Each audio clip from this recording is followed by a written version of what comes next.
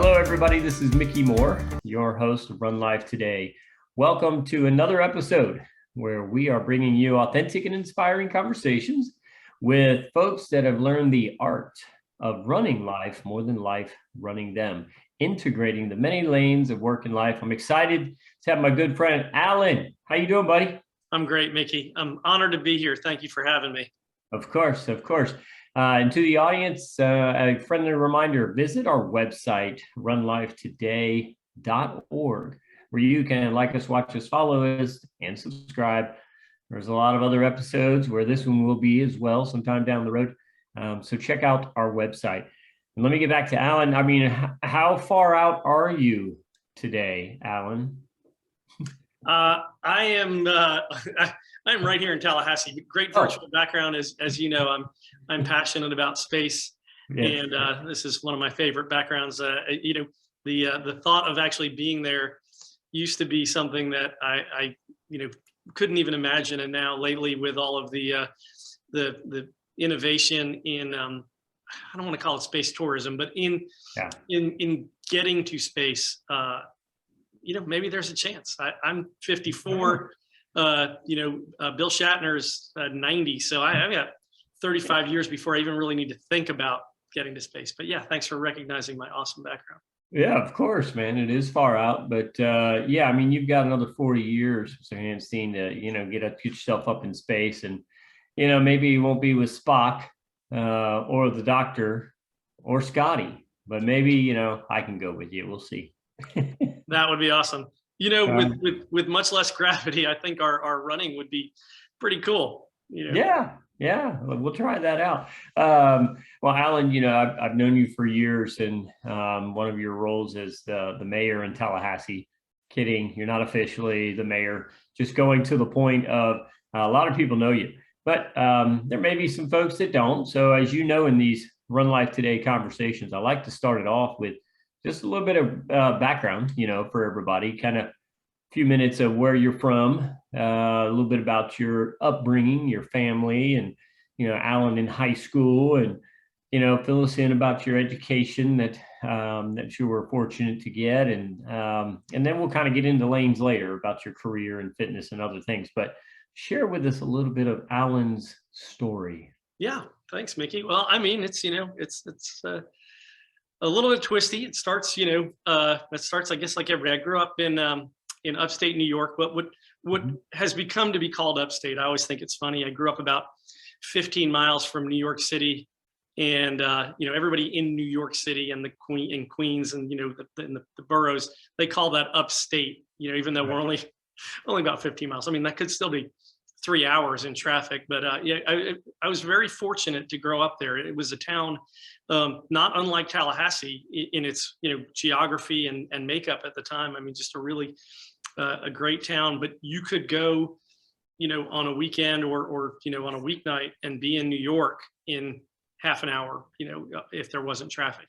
And that was special. I mean, being exposed to a lot of things that New York City had to offer as a young kid. I mean, the enormity of it all, and the diversity of it all. And I think certainly that had a big impact on me, has had and continues to have a big impact on me moving forward. As it stands now, I've actually been out of New York longer than I grew up in New York. So that's kind of funny. But yeah, grew up in Rockland County. Okay. It's typical family. My dad worked in the garment district, so not unusual for New York and for suburban New York. So I, grew up a lot going down there. I can remember pushing garment racks as a kid, as is just going to his job and the things that he did. He traveled a lot when I was, young. That travel was here in the United States. All of that business was in North Carolina, where all of the fabric was made, textile mills. I was part of seeing that, and then another thing that stuck with me, his whole business changed. When I was in probably late junior high school, early high school, all of that moved offshore. He started traveling to Korea, South Korea nonstop. And, for a long time, he was gone 3-4 months, and that business just completely dried up. And I didn't really see it much from the standpoint of how it affected those people. Because for my dad, they just, well, okay, all that stuff moved off. I didn't see him. He was in, working those mills in another country. Later, as an adult, I've gone to those towns and seen what an impact that loss has had on those towns, where the entire towns evaporated. And it's happened in 1,000 other small towns in this country as far as manufacturing and other businesses. But to see that and remember, that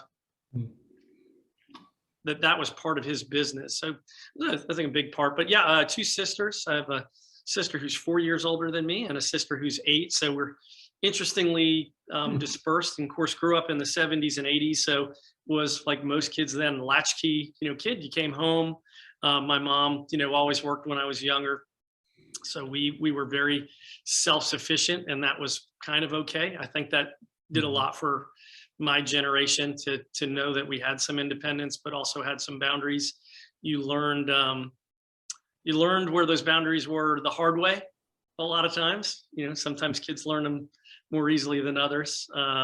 But I appreciated that freedom to, you went out and you played stickball in the street, and we were outside a lot. Right. Well, you drank from the hose. You played outside until dark. You came in for dinner. We did, and then we grew up in a neighborhood that kind of had the perfect layout. All the houses were on an outside square, and everybody's backyard just opened up to a giant field. And so when you came home, you just went in that field, and you brought whatever implement you wanted that day, whether it was a football or a stickball or soccer ball or whatever it was. Soccer was big then, Pele, and we had the Cosmos, so soccer was big again, I guess. So was not surprisingly to a lot of people who know me, was a bit of a nerd growing up, proud of it, and a geek. Always technology always fascinated me. I used to take lots of things apart. A trip to Radio Shack was a big deal for me. I had my first computer in junior high school, TRS-80.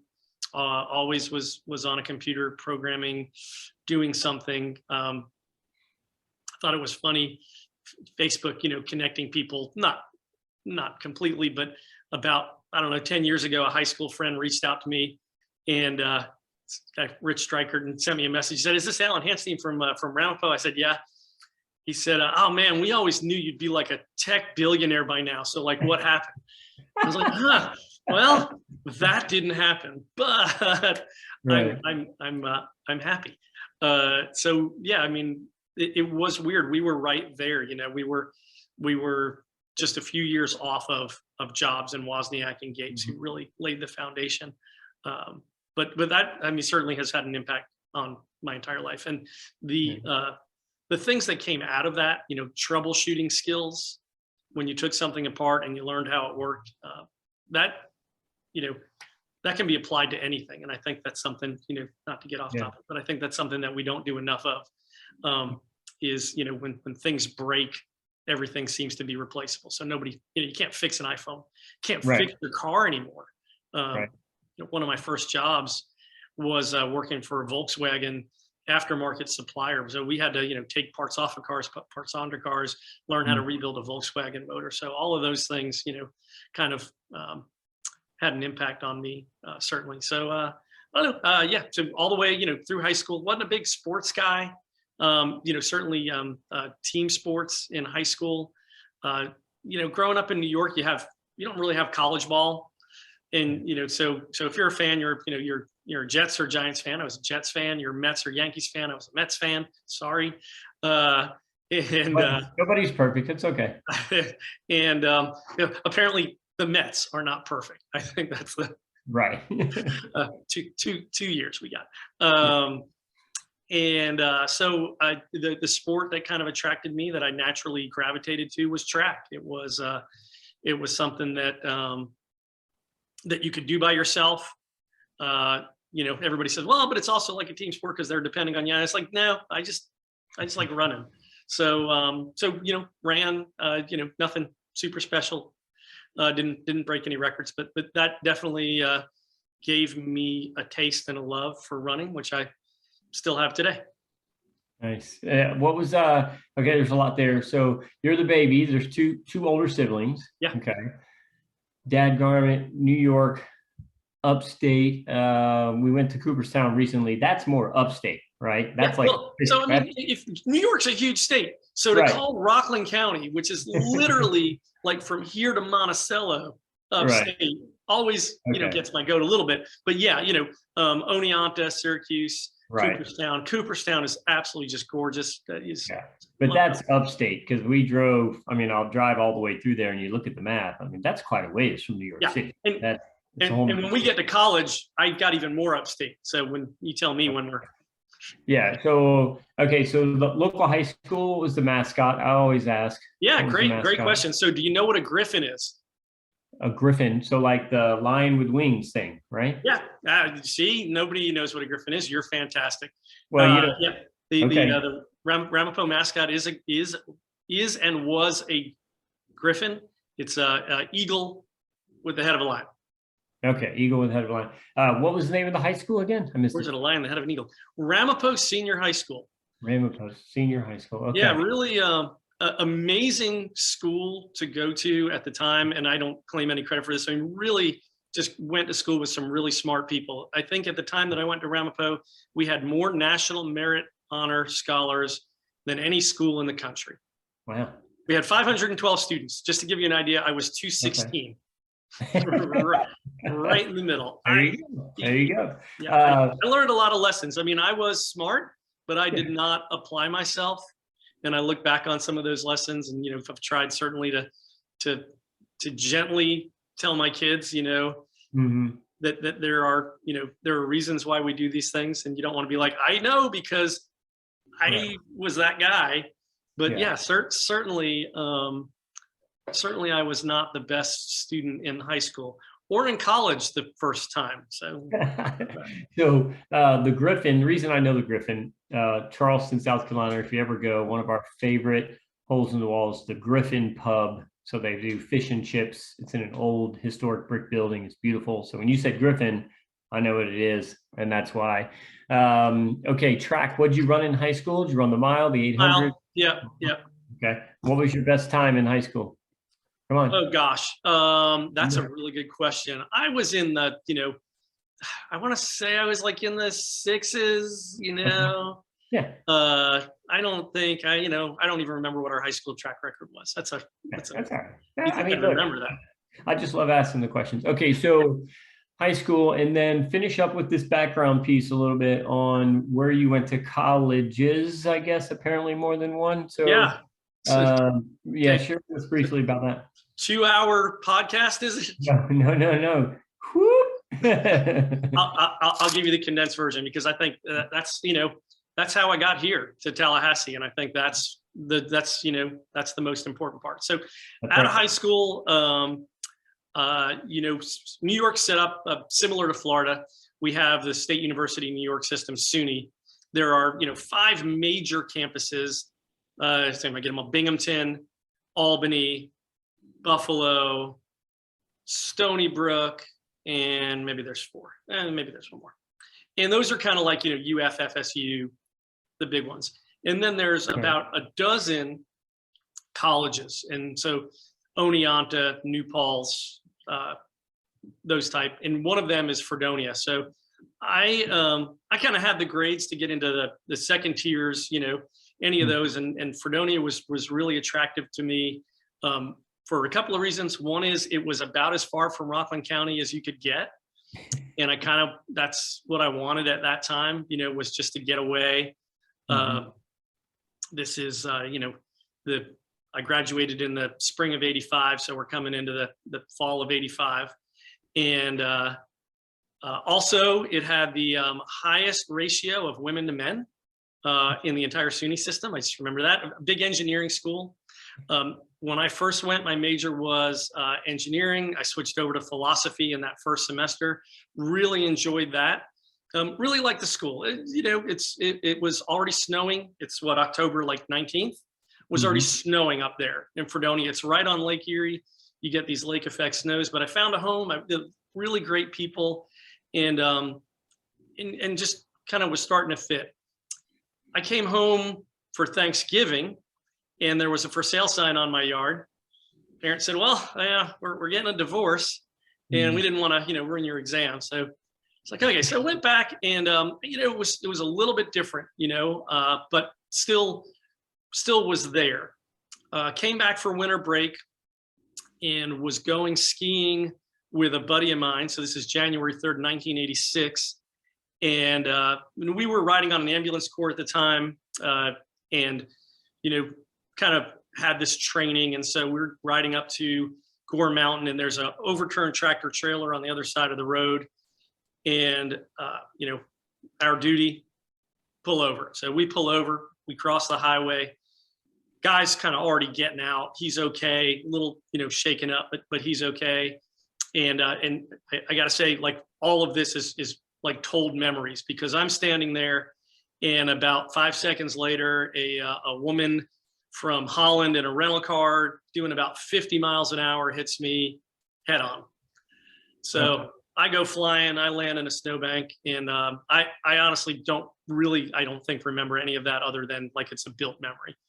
Wake up in a hospital in Schenectady, New York, and my legs are broken and bad, and I'm pretty rough, and that started a journey. So I was there for a couple of weeks in that hospital. They transported me back to Rockland County to Good Sam.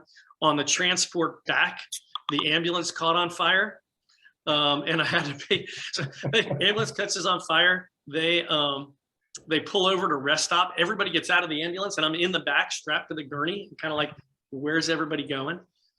So I eventually get to that hospital. I spend a couple more weeks in that hospital. I get out, and it started a long journey. I've had about a year of rehab. Started with a wheelchair, crutches, cane, and committed to myself, because I was on a ski trip and I loved skiing at the time. I said, I'm going to go skiing next year. So a year later I was able to go skiing. I took that rehab pretty seriously. But that kind of changed it. I didn't end up going back to Fredonia. I went to the community college while I was there, since I was still trying to get classes in Rockland Community College. And I kind of decided, oh my gosh, it's really cold up here. And so I got the, Barron's college guide and the Goods World Atlas. And I decided, my grandmother was living in Florida.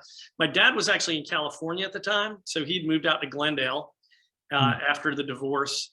And I went out and visited him and did a nice trip from San Diego all the way up to San Francisco, and checked out all the California schools. They are fantastic, but they are really tough on residency. And since my dad hadn't lived there that long, I was going to have to pay out-of-state tuition. And so that wasn't working. My grandmother lived in Delray Beach at the time, and Florida, hopefully the statute of limitations is up on this. You could just put anybody's address and you're okay, you get in-state tuition.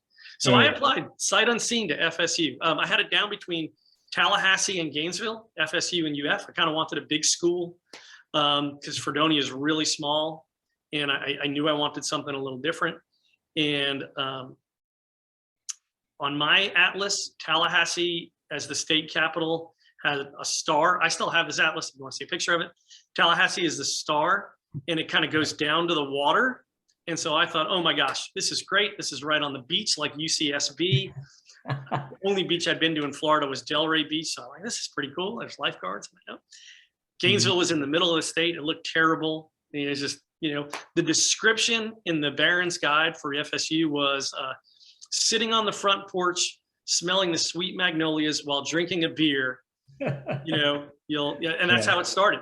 And I was like, okay, I'm in love. So applied sight unseen, drove down to Delray Beach, came back up in the winter, and this is now 88, and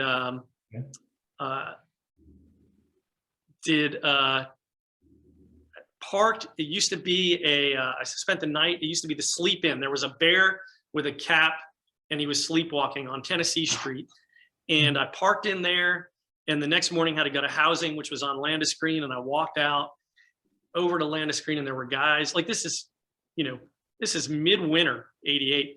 There were guys throwing Frisbees and footballs and girls laying out in bikinis. Okay, this is perfect. I just come from snow. So, Right. so that, yeah, I mean, that's, that's the That's how journey you that got was, here. and I don't ever look back and go like, what would happen? Yeah. What if I did this? What if I did that?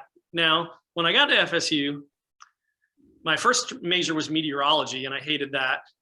Very quickly transferred over to communication, and I like that a lot. A little too much. Was enjoying the program, had some great professors, started working for Apple within the university as the student rep, and wasn't really paying attention to my studies.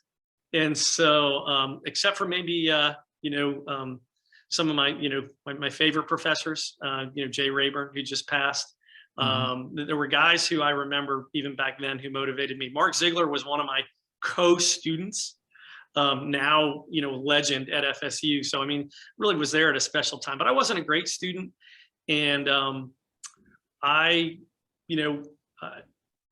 after a while, just decided I was making enough money doing what I was doing that I didn't need to finish.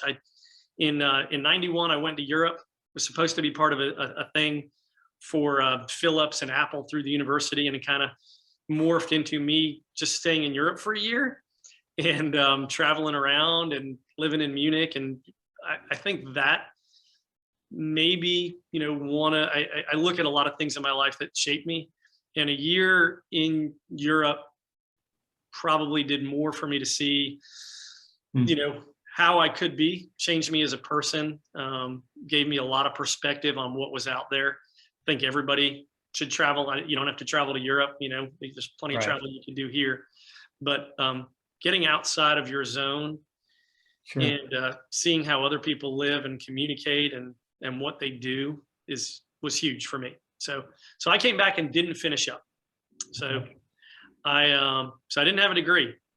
I didn't finish that degree until I was married, running a company with a child on the way, and decided that someday, my child was going to ask me where I went to school, and I was going to say Florida State, and they were going to say, well, when did you graduate? So I went back, and I was a president's honor roll, dean's list student the entire time I went back. I learned a lot. Youth is wasted on the young, Mickey. It is. There's a lot of lessons. What was the official date, your graduating date, and what degree?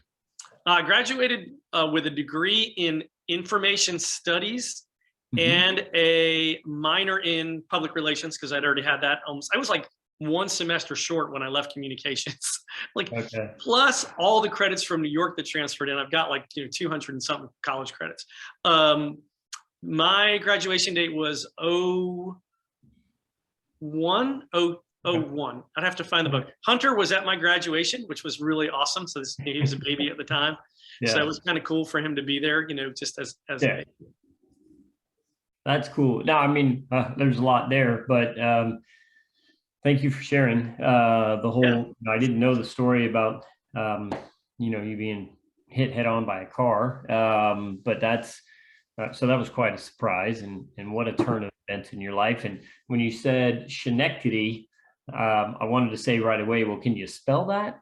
Because I know it's a unique SCHE, and then you're on your own for the rest of it. And then you're on your own, right? Because I've seen it. I've been up in New York. So, but man, what a difficult path, a year to rehab and get back to walking and skiing and all of that. And thanks for sharing. I had no idea.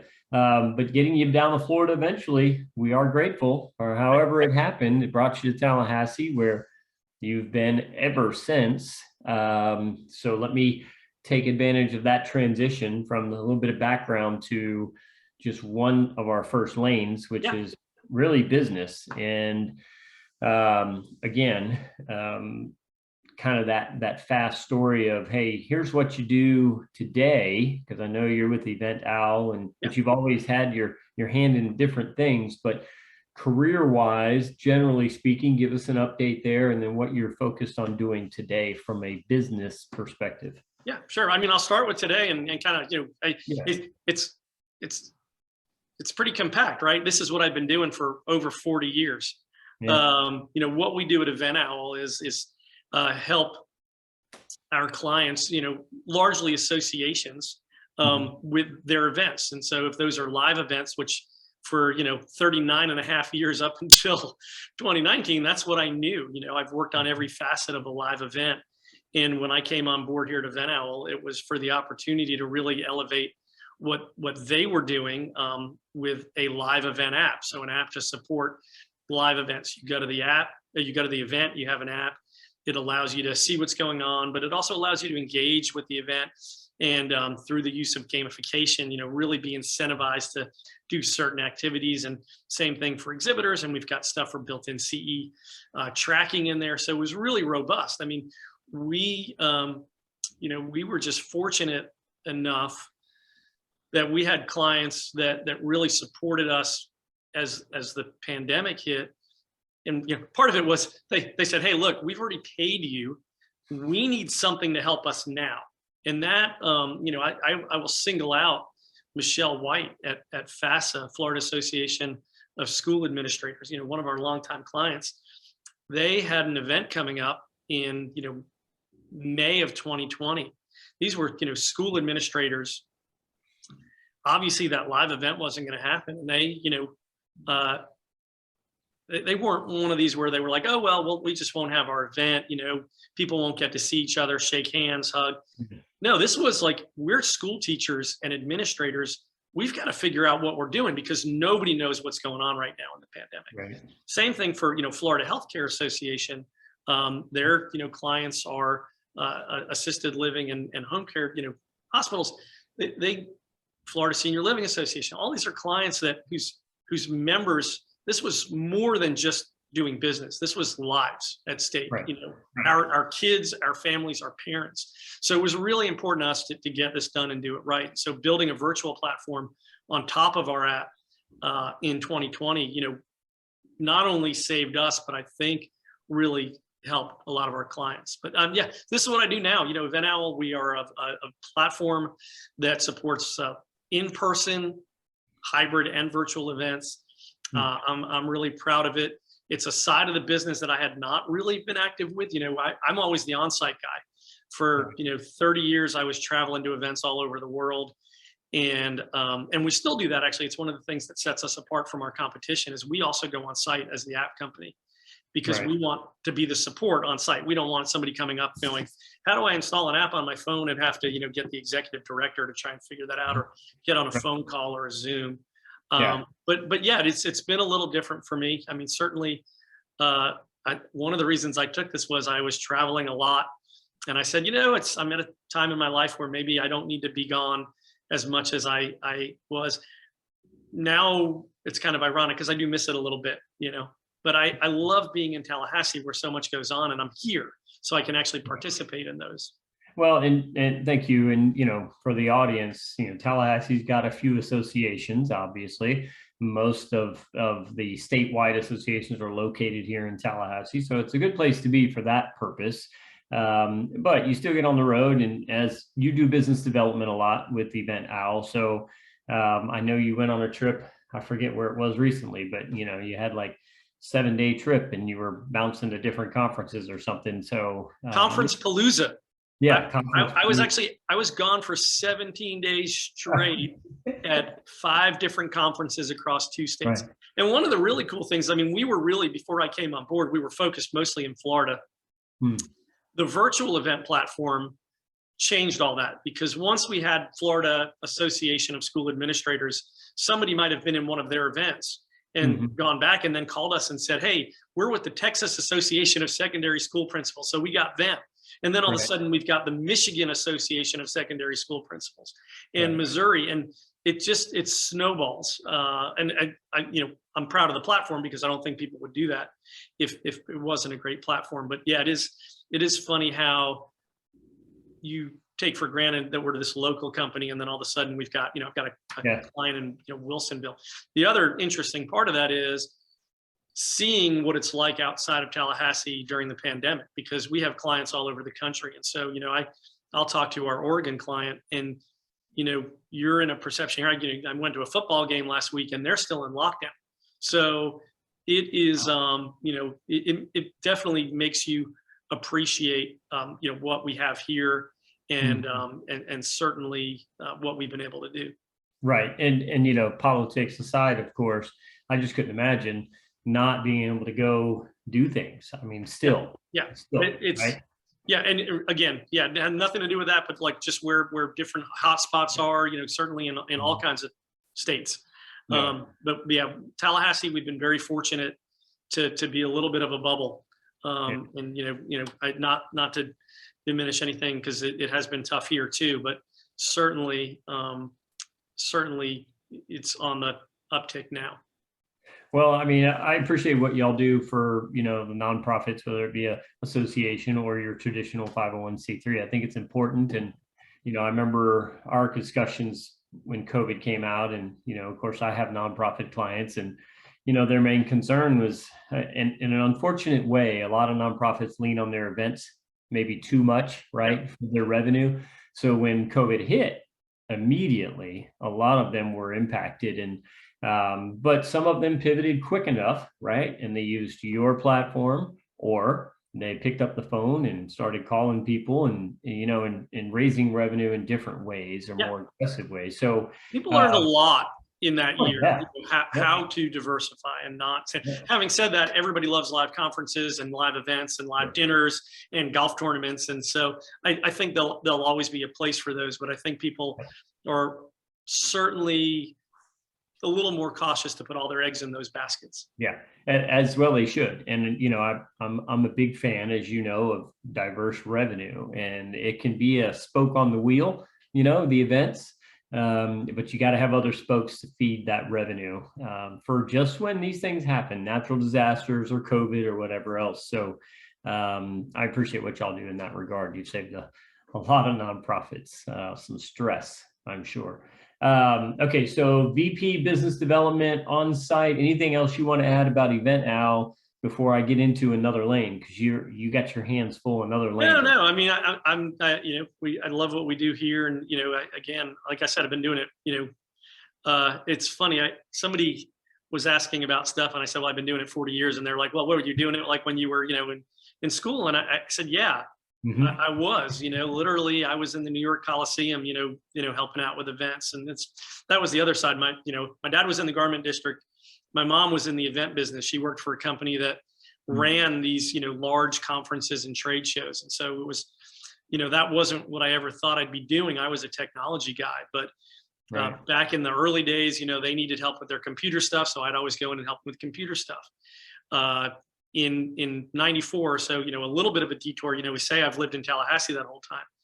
In 94, Amy and I were already dating, and I was here, and I was just working for a local computer shop. I was working at the dive shop, and didn't really know what I wanted to do. Had an opportunity to go up to New York to actually build an event, the Interactive Information Expo, and work on that event as part of PC Expo, which is really, I mean, think about the 90s, we were so far ahead of its time. We were talking about virtual reality and interactive television and, the internet. We had Mark Andreessen as one of our speakers, the guy who founded Mosaic and Netscape. AOL was there, but they weren't even AOL yet. They were Chicago Online. I mean, this was like really early stuff. And the event didn't work out. It was too far ahead of its time. But as part of me being up there during that year, I saw an opportunity to do something a little innovative. We were putting all of our conference proceedings, which some conferences still do, in binders. So a speaker had presentations. They printed out, we printed out the presentation. We put it in a binder, 3-hole punch, sealed it, put it in a, in a big bag. For some of our conferences, we might have 2,000 of those. We were spending $40 per attendee on those conference proceedings, and you had to give them out. You had to get the slides, and it was always a pain to print them because you had to have everything so far in advance. And I had some experience when I was at FSU and here working with CD-ROM technology, which came out of my education at College of Communication. And I suggested to the CEO, Steve Iannuzzi, hey, we can cut our expenses, and it's a technology event. We can look good if we put all of this stuff on CD-ROM. And I said, but I really, I want to get back to Tallahassee. I'd been up there a year almost, and 9 months at the time. And I didn't like New York the second time. I missed everything that I had, loved here about Tallahassee, being outdoors, being close to the beach, just my friends, Cabo's, which sadly is now closing after 30 years. There was just a lot I missed. And so I went to them and said, hey, I'll stay an employee. I just want to do it from Tallahassee. We can do all this. And the CEO said, no, I won't do that. But what I will do is I'll give you one show, which happened to be Networks Expo Boston 95. And if you do a good job, then we'll give you the whole contract. So that was my, I always call myself an accidental entrepreneur. It was not my intention. I didn't have any big, plans to, be an internet guy. Right. I just wanted to come home. I just want, and when I say home, I mean here, Tallahassee. This is right. Yeah. So did that, and through another, kind of coincidence, met a guy speaking at another conference that I was at, that I was on a panel with, that had a product that was for document management, and I said, I think this was a fit. That was Chris Warnock. His dad is John Warnock, the founder of Adobe. Chris's little project was Adobe Acrobat. And so we became one of the first commercial users of Adobe Acrobat on that first CD. And it worked. It was great. It took off. First couple of years, we were making hundreds of thousands of CDs.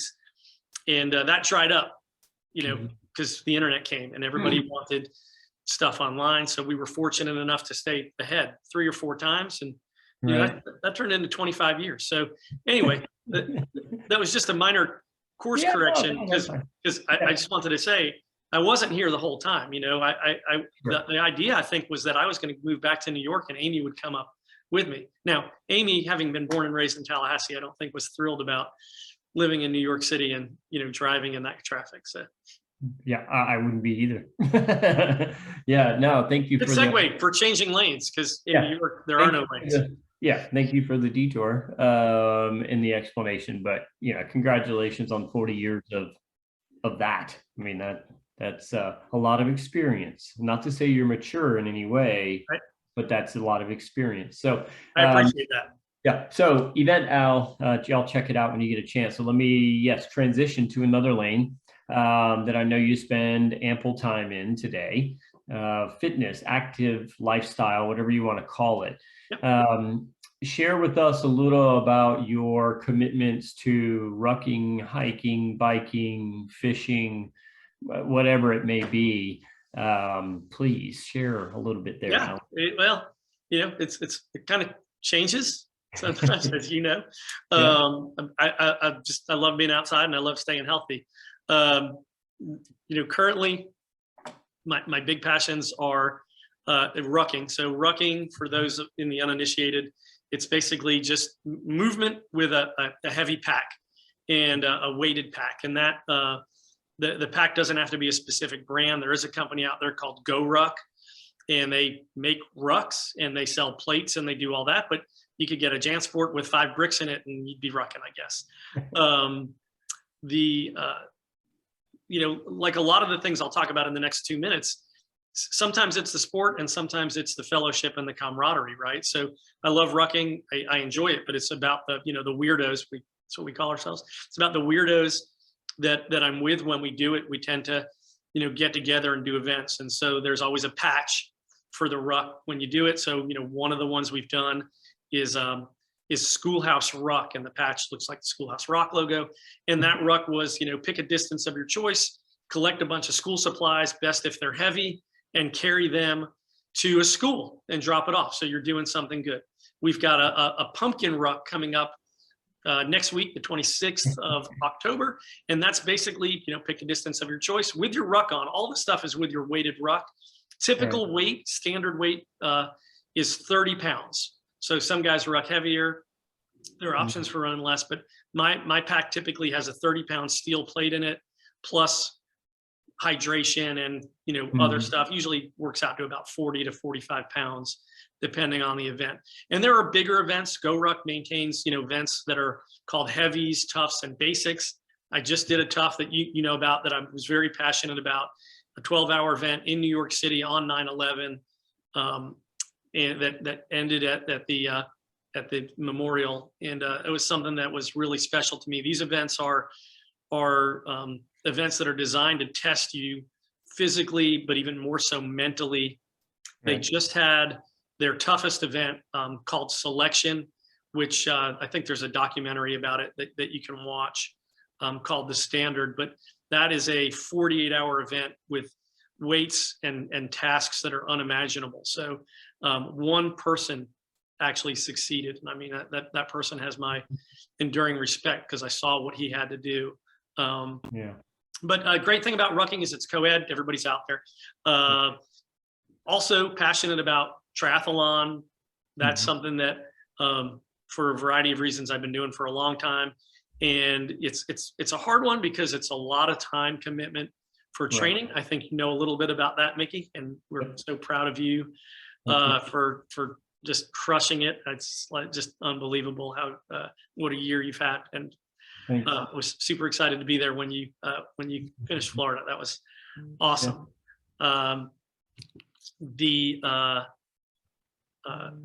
Yeah. But it's still something I love, and so I don't always get to do all three. But I became a swimmer, so I enjoy that now. And I just got my bike out of kind of storage where it had been sitting against the side of the garage because I've been doing so much other stuff. And I bought a paddleboard last year, so a stand-up paddleboard, and so I've been using that a lot. I'm basically anything that'll get me out, running, biking, paddleboarding. F3, which is a workout group here in Tallahassee that I do, stands for Fitness, Fellowship, and Faith. About a few hundred, guys that do it here in town, and I do that almost every morning. And again, it's a great workout, but it's the fellowship that keeps me coming back. It's that group of folks. And now that we've got we're kind of empty nesters too, it's kind of nice. Amy and I have been able to get to do more stuff like this together. So she's actually I bought a new ruck, so she gets my old ruck, and she's actually coming on the pumpkin ruck. It'll be her first ruck. So. Hey, there you go. You get pumpkin ruck together. Nice.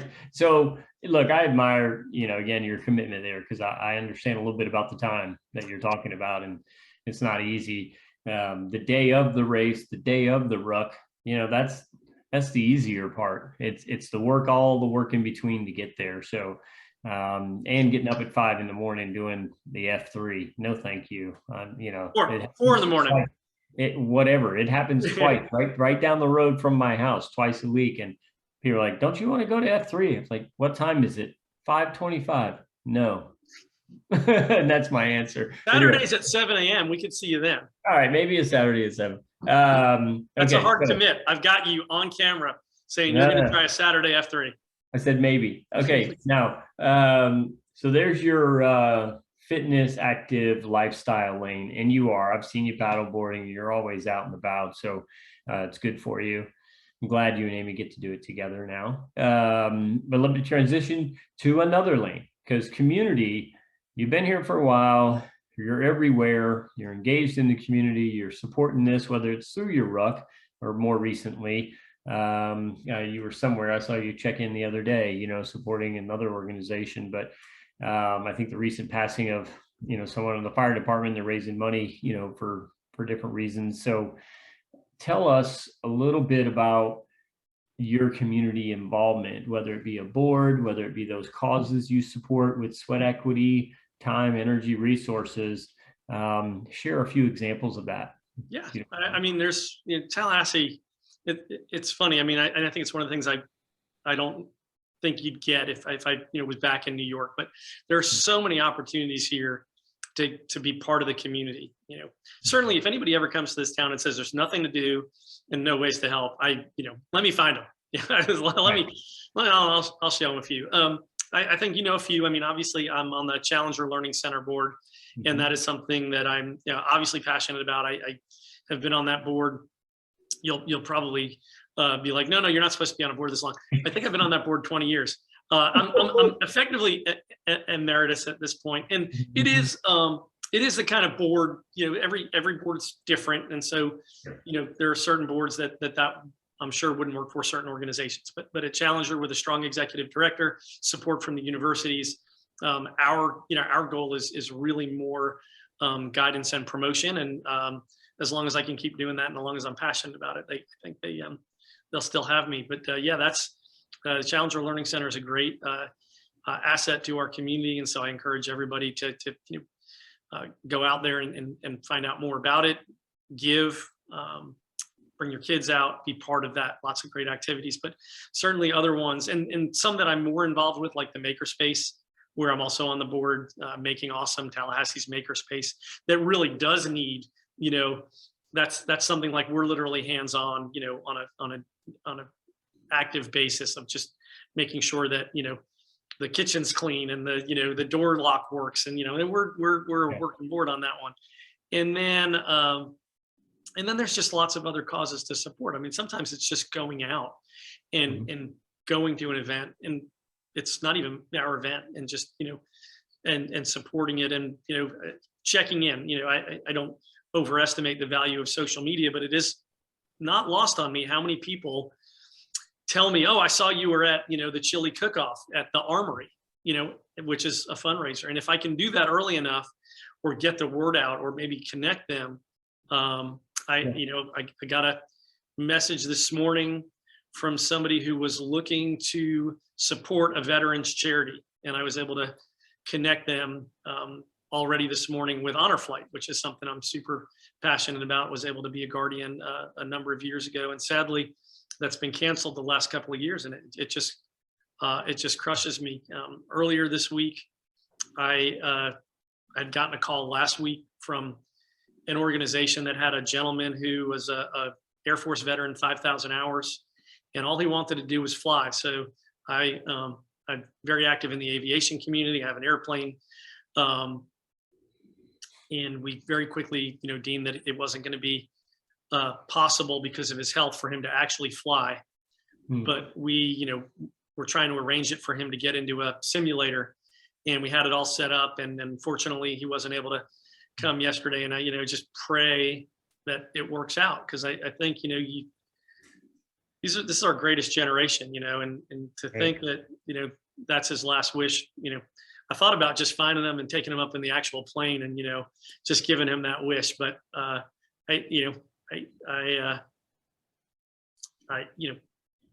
think there's a lot we can do without, having to be on a board or even making a donation. I like to connect the dots. I think that's, if I look at what what I've been able to do, certainly that's a big part of it. Just when you're here 30 years, a lot of dots, a lot of great people in this community, a lot of people that are more generous, more active, more smarter than I am.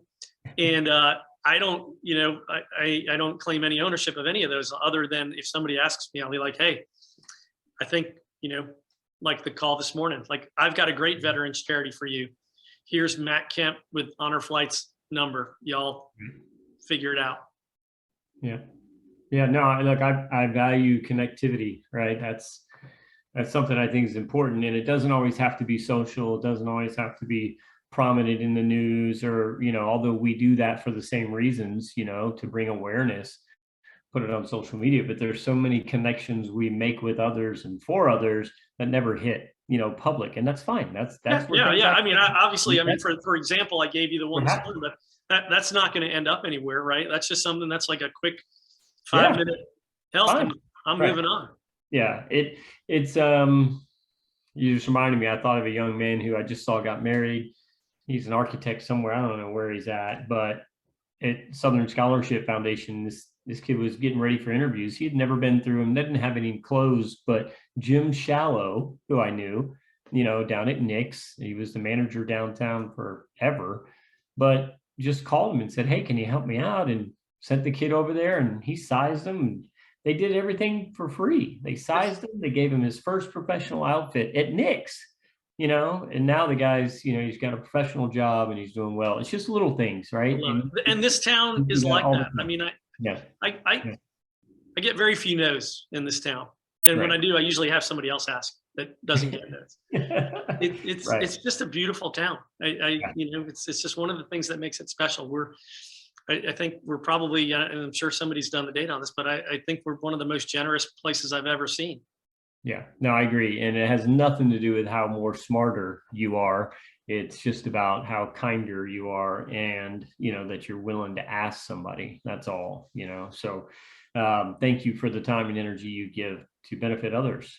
It's a lot. I know that. I see it every day. So thank you, Alan and Amy, because you do it together as well. I think, I mean, you haven't asked that question yet, right? But I mean, Right. that's how it's all possible, right? I couldn't do it without her support and my family's support. I mean, as everybody's always like, how do you do that? Well, I always joke, I'm the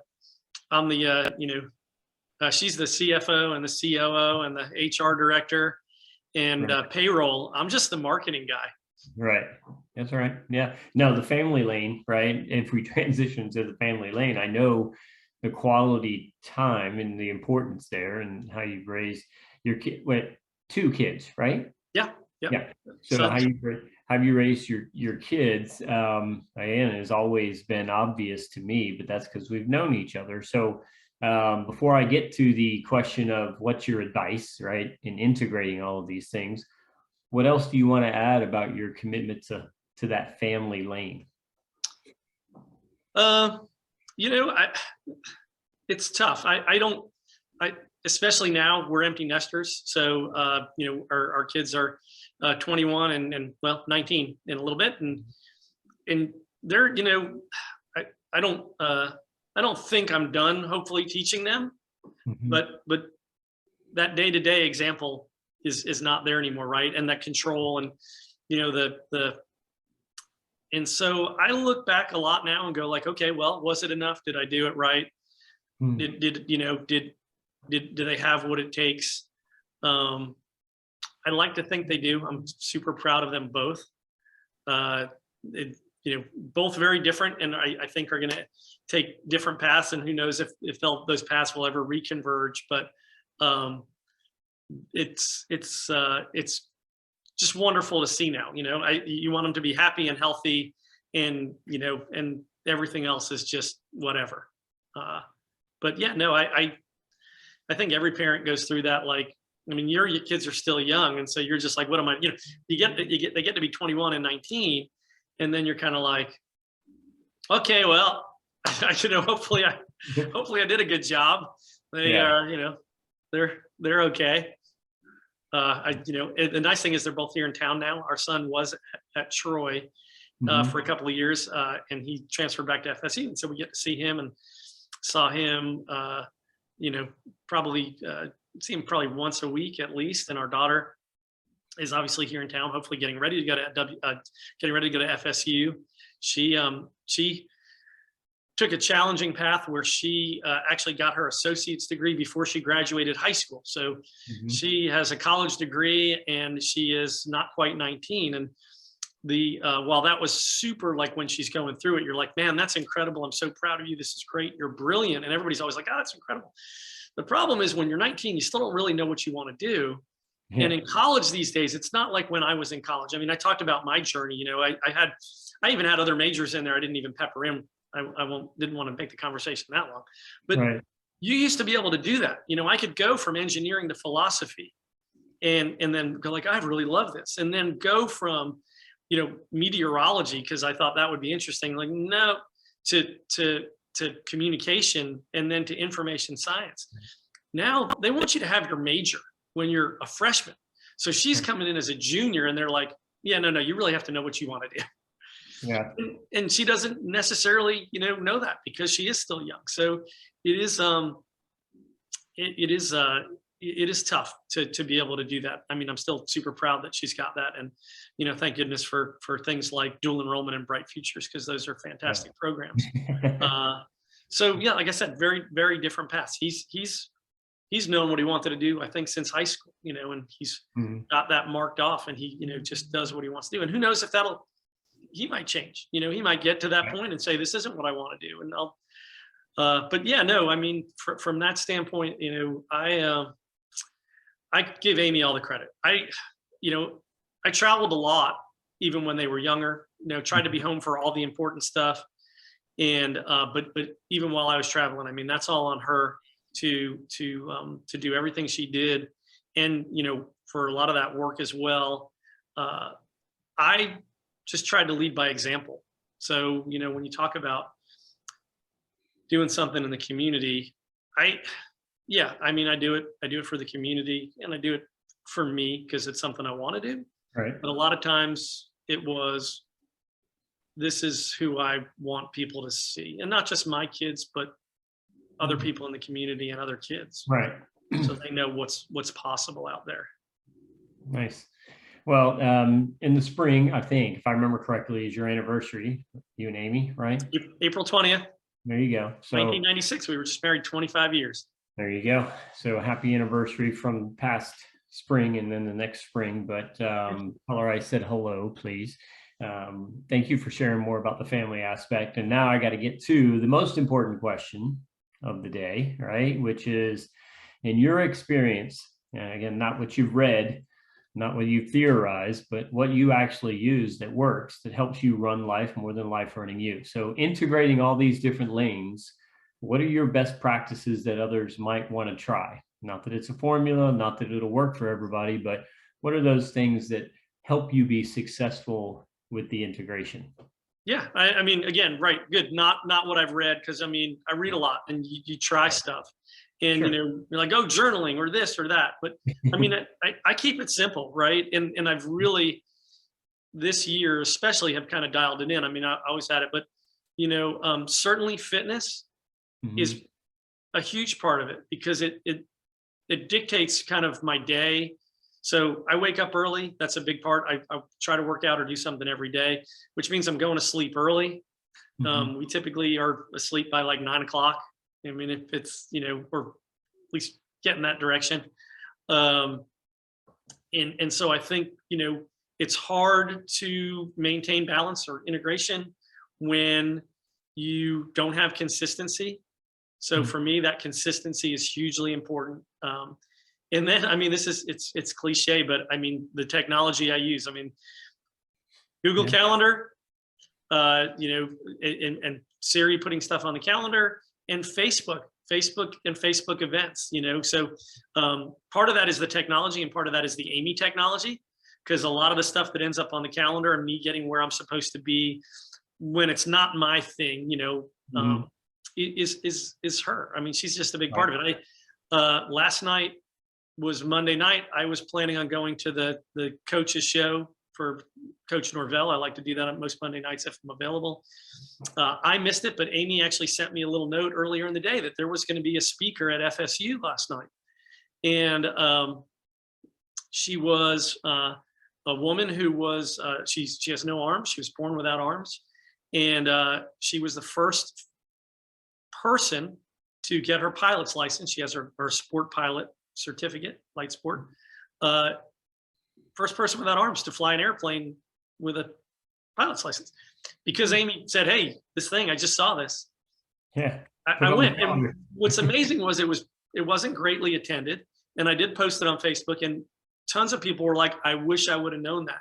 And this town's funny about that. I don't know how I see it all. So, I mean, I think a lot of it is just, social media, and things pop on my calendar, and, and, reading the newspaper. So I'll look at other stuff and just groups I'm in. And that's a big part of it, right? So, there's a lot of event groups within Tallahassee that you can see stuff. The newspaper has a lot of events coming up. So if you're not reading the newspaper, or at least perusing through the CTV website, or the Tallahassee Democrat website, you might not know about stuff that's coming up. And then the trick is you just put it on your calendar. So for me, just real simple, I put everything on my calendar. So if you looked at my calendar right now, I could share my screen. There might be 100 things for the next week. I don't plan on going to 100 of those. In fact, this past Saturday, which, it's a away game or a bye week, they schedule everything. So there were like 4 FSU events. We had baseball, there was a basketball scrimmage, there was beach volleyball, swimming. The swimming was out there. I didn't get out there. Then there was a car show. And as I see these things, I just put them on my calendar. Just put them on the calendar. When they come up, if I can do them, I do them. And I like to try and do a lot. Jay Worth, here in town, you may know Jay. Jay famously said, and I love it, he said, you do a lot to do a lot. And it's true. It's work, right? The pandemic was a little weird.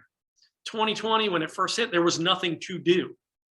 And it was nice for me at first, like, I guess I'm just not going to go to 4 FSU events or the circus or the Opperman because there's a free concert, or the parade, or this or that, or go down to, Bannerman to see low flying planes, or go here, whatever it is. That's a band, by the way. They're not actual low flying. Yeah. And at first I was like, oh, this is nice. I could get used to this. And I kind of did. And I didn't like that. I like seeing people. I'm a little bit, that's just in my DNA. And it's not just the social aspect, because this is going to sound really weird, and probably you're not going to believe this, and everybody who's watching who knows me is going to be like, that's not true. I'm kind of introverted. Right. And I think there's other people like me that are, that are somewhat introverted but social. I'm not, I don't go out and party and, and go to, bars just to hang out. But if there's something in Opperman tonight, I'll go. And there's always something in this town. FSU maintains a calendar. Tallahassee Democrat maintains a calendar. Find 3 things to do and go do them. And the beauty of this town is about 80% of it is free. So, and that's important. Yeah. Well, it's certainly, when you're, it is important for a lot of people, and it's important for me too.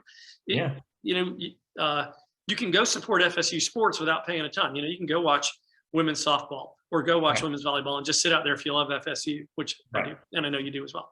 Baseball's cheap. Go to a baseball game. It's a gorgeous way to spend the day. Yeah, no, I agree. I mean, a lot.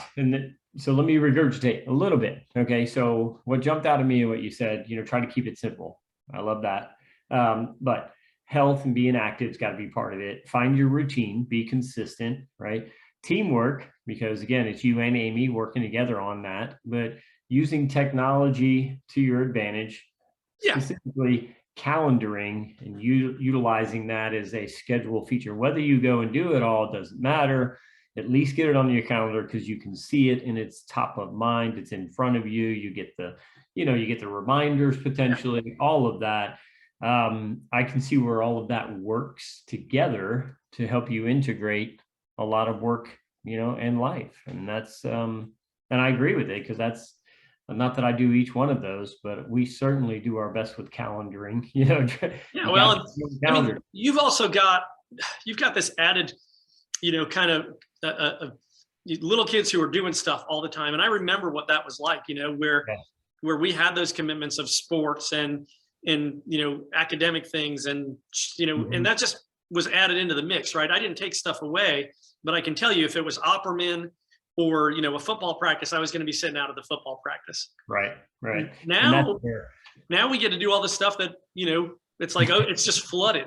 And with the pandemic, kind of moving away, it's really like the floodgates are open. It's like, what can we do? And the beauty is that we get to do it, a lot more together, because that wasn't always the case. Sometimes Amy had to take Hannah somewhere where I took Hunter, or somebody had to do something while the kids were doing their thing, or just stay home and watch one while the other. So now empty nester life is pretty good.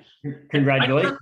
I turned back the clock, I guess, a little if I could, and do it all over again. Raising kids is not for the faint of heart, but it is absolutely a wonderful thing. And I loved every minute of it. And we're not done, right? I mean, they're still, the funny thing is I still get calls from them now, and, it's like, my car tire did this, my couch, is doing this. My ice maker is doing this. And my first instinct is like, oh my gosh, I didn't teach these kids how to fix a thing. How did that happen? I thought I was doing good. And then Amy and I'll just look at each other and go like, there's going to come a time when they're not going to call, right? They're just going to be like, oh, I'm out of, I'm married and doing this, and I got kids of my own, and we don't need, grandpa to help us. And I'm going to take every minute that I can. So when they call and go like, my ice maker is broken, and I go over there and I go, click, Yeah.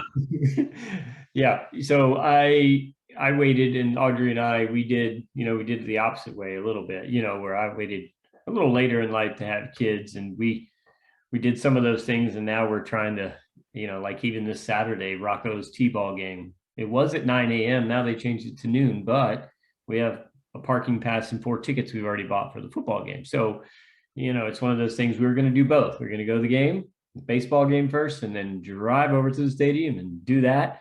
But now we'll just do one of them. So, but look, Alan, it's always a pleasure to see you, spend time with you. Thank you for sharing everything. I don't think that certainly I don't think I shared anything insightful for your listeners, No, but this is it's always good to talk to you. So hopefully somebody will maybe learn a little bit more about me or my journey and maybe take something from it. I certainly think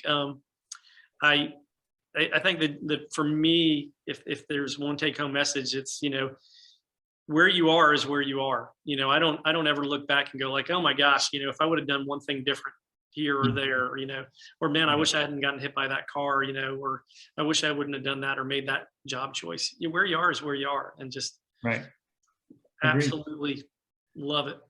Good. No, I like you. You were insightful, and the whole point of these conversations is just to bring somebody, living, breathing, who have tried it, who has figured out a little success on this integration piece. And whether they take a lot or a little, it was worth my time and worth your time. And that's what matters. So well, there's the secret. I mean, just, the only thing you gotta do is marry Amy.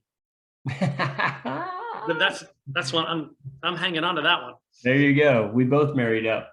All right. So for the audience, again, Run.Life.Today.org. This episode will be out there soon. Please visit our website when you have a chance.